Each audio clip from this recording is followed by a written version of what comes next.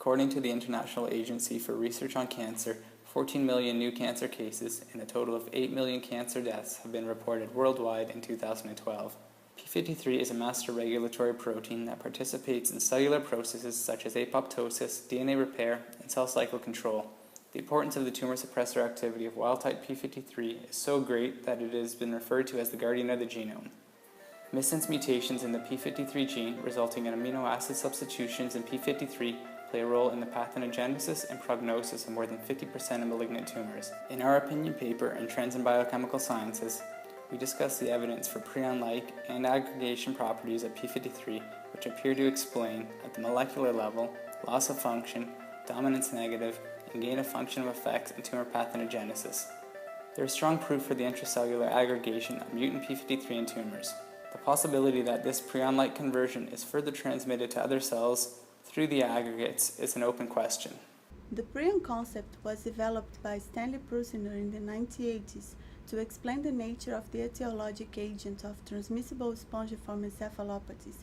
According to Prusiner, a misfolded isoform promotes the conformational change of a native protein into a misfolded one in the absence of a coding DNA. Recent developments in this field suggest that other protein misfolding diseases such as amyotrophic lateral sclerosis, Huntington's, Parkinson's, and Alzheimer's diseases might also be due to prion-like isoforms.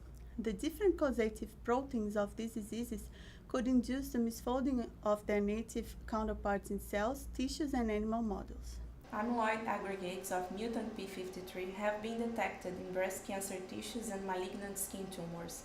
Mutant p53 may exert a dominant negative regulatory effect on wild-type p53, in which amyloid-like mutant p53 converts the wild-type form into an aggregated species, resulting in the complete loss of its tumor suppressor function. Thus, hotspot mutations can make p53 prion-like. The prion-like behavior of mutant p53 is supported by experiments showing that a seed of the mutated protein in the aggregated state accelerates the aggregation of the wild-type form.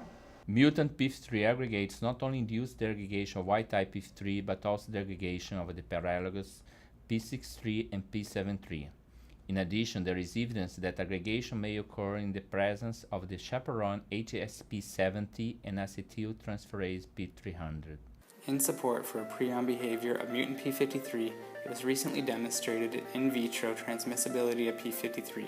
The authors found that wild-type p53 aggregates could penetrate human cells in culture via macropinocytosis and induce the aggregation of intracellular p53. According to our proposed prion hypothesis of the dominant negative and gain of function effects in mutant p53, the aggregates induce toxic effects in some cells, which results in the release of aggregates to the extracellular environment. Aggregates can thereby be transmitted to contiguous cells, which would take up these oligomers, resulting in mortalization in some cells and toxic effects in others. Well, in conclusion, it seems that the mechanism in which corrupted proteins initiate a sequence of reactions that leads to aggregation, which is typical of prions, is involved not only in neurodegenerative disease, but also in tumors bearing p53 mutations. A prion-like seeding mechanism would provide a mechanistic explanation for both the dominant negative and gain of function effects of p53 mutations. The inhibition of the cell proliferation due to the dominant negative and gain of function effects of the prion-like behavior of mutant p53 appears to be a novel and important therapeutic target.